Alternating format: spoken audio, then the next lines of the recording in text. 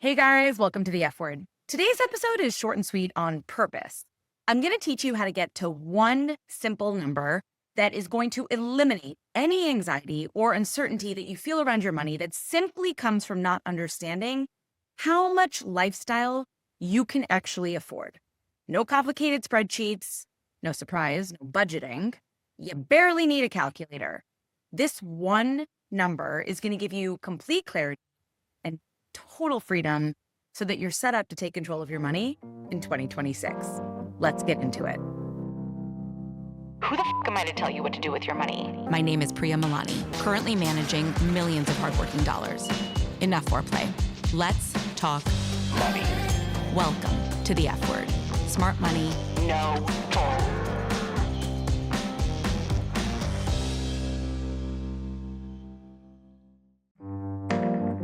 Okay, confession time. We talk to high earners every day who feel like they might be behind with their money. If that's you, you're probably not behind, but you do need a plan. Visit stashwealth.com and our fiduciary advisors will help you build one. Back to the episode. So about this number. This story starts about 10 years ago when I was helping high earners get their financial shit together. This will come as a surprise to some of you who know us now, but we were actually helping people budget. I'd build them these elaborate budgets so that they could stop living paycheck to paycheck and so they could get ahead instead of feeling like they were always falling behind. I remember one client in particular. She was convinced that she was going to die broke. Now, keep in mind, she was in her early 30s, making $146,000 a year, but living paycheck to paycheck in New York City and never able to stick to her budget.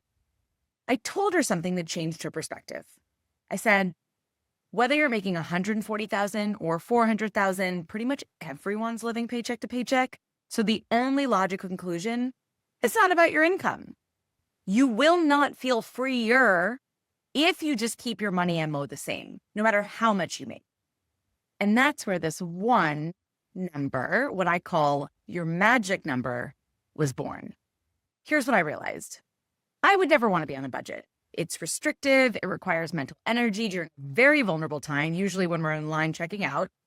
Frankly, I think budgeting is way too much to ask of people. Once we switched from budgeting to the magic number, one number, everything changed for us as a business, but also for our clients. So what the hell is the magic number? Today, I'm going to teach you how to find your magic number. In simplest terms, it's my antidote to budgeting. It's the number you can spend guilt-free every single month. It comes from the system that we use at Stashwell that every single one of our clients operates on. Here's why it works when budgeting doesn't.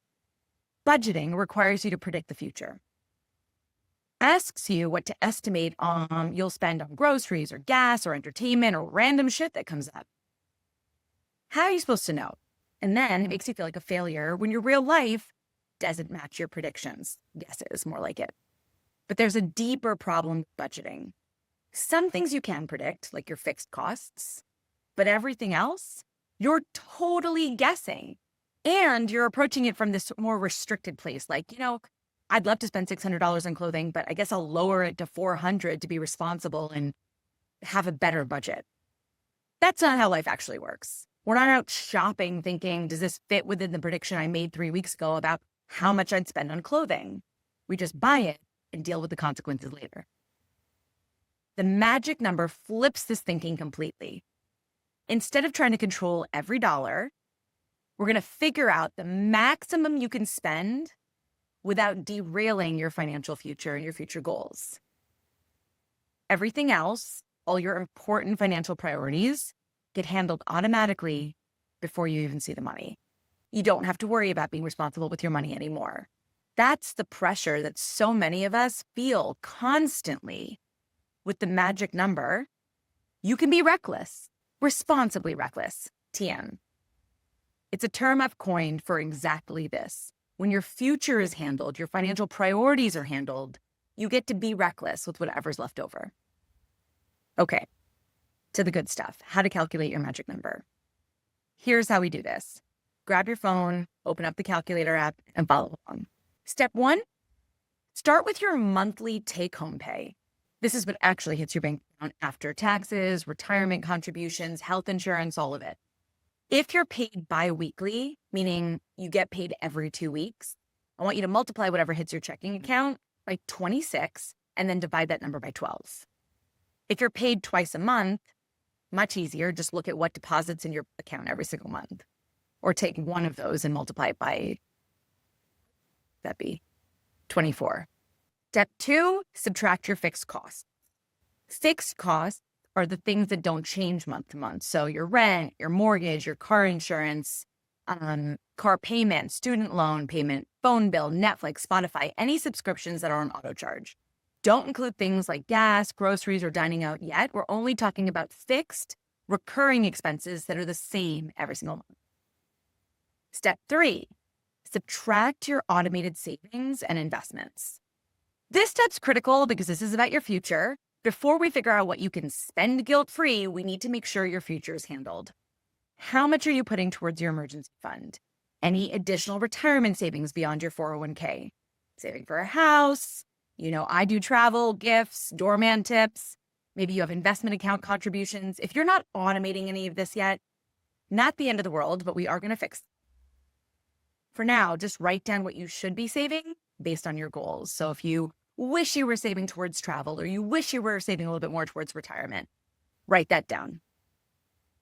And if you haven't done goal setting yet, highly recommend go back and listen to episode 28 for some inspiration on what you might want to be planning for.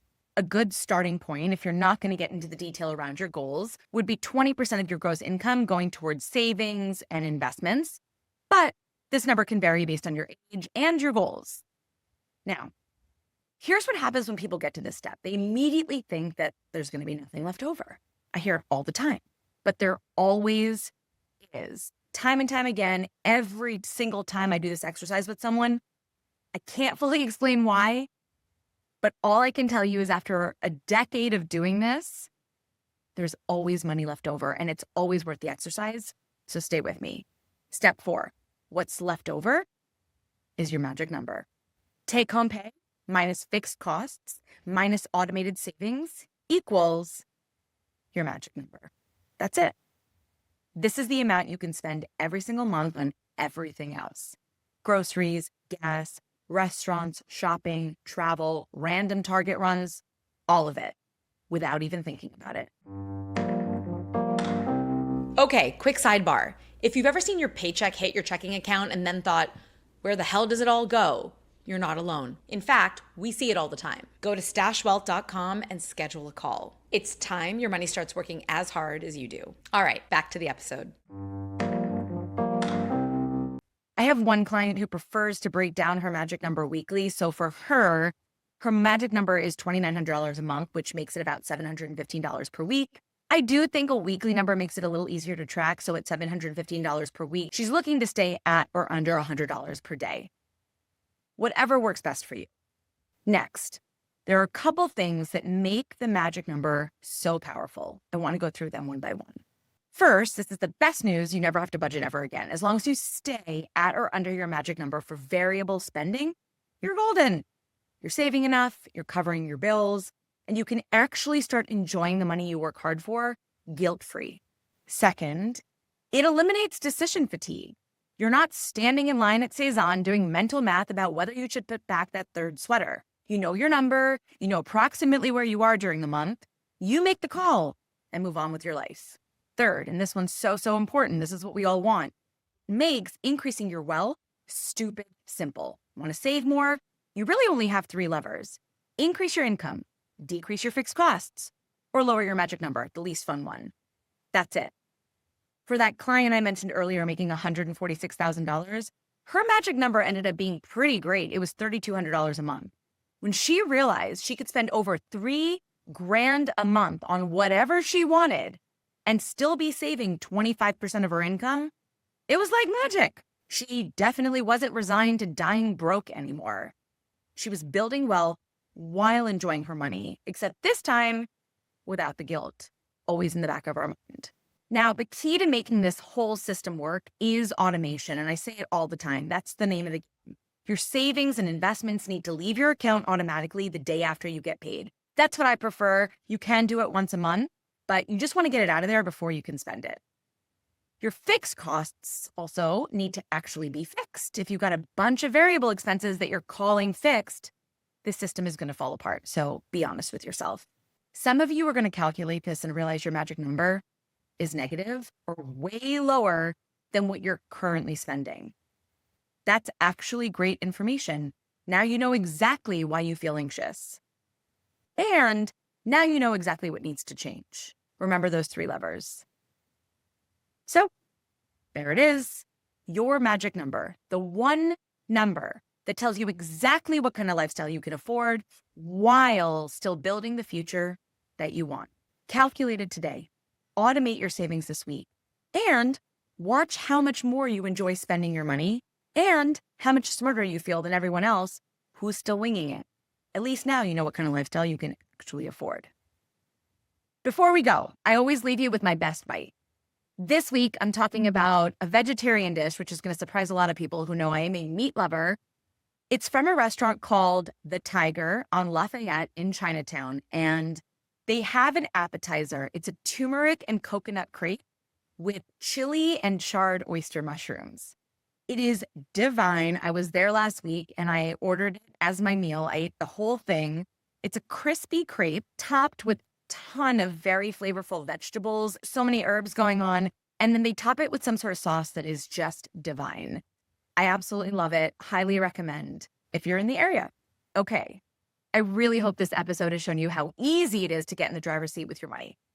Knowing what kind of lifestyle you can afford is the step that comes before making informed decisions with your money.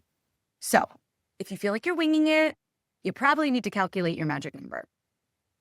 And if you know someone who's still winging it and thinks money is way too complicated to master, I really hope you share this episode with them. And as always, if you'd rather work with someone to find your magic number, talk through your goals, and develop a comprehensive plan to accomplish them, you know where to find us. Please like and follow. Leave us a review, comment. I'm grateful for your support. It's how we keep the show growing and reach more people. All right. See you next time. You're listening to The F Word for anyone ready to maximize their money in their 30s so they're not stuck playing catch up in their 40s. Because waiting to make more doesn't fix bad money habits. It just amplifies them. This stuff wasn't taught in school, so subscribe and get it right once and for all.